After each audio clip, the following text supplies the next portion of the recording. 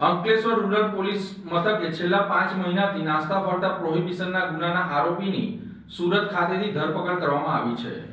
અંકલેશ્વર તાલુકાના કાપોદ્રા સાંઈ દર્શન સોસાયટી ખાતે ઘરના પાછળના રૂમમાં ખૂણામાં તેમજ ઘરની બહાર પાર્ક કરેલી મારુતિ સ્વિફ્ટ 4વ્હીલર કારમાં પાસ પરમિટ વગરનો ભારતીય બનાવટનો ઇંગ્લિશ દારૂનો જથ્થો મળી આવ્યો હતો। પોલીસે રેડ દરમિયાન કુલ 684 બોટલ જેની કિંમત ₹1,84,500 હતી તેમજ અન્ય મુદ્દામાલ સાથે કુલ કિંમત ₹7,89,500નો મુદ્દામાલ કબજે કર્યો હતો। આ કેસમાં અગાઉ સંજયભાઈ કુઠાભાઈ લાકડિયાભાઈની ધરપકડ કરવામાં આવી હતી, જ્યારે અન્ય એક આરોપી કિરણ વિનુ દોડાસિયા રાજપરા ગામને ફરાર જાહેર કરવામાં આવ્યો હતો।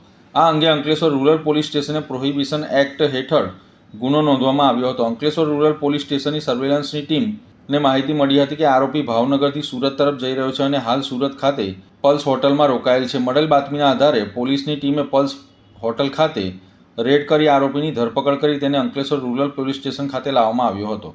પકડાયેલ આરોપી વિરુદ્ધ આગળની કાયદેસરની કાર્યવાહી હાથ ધરવામાં આવી છે।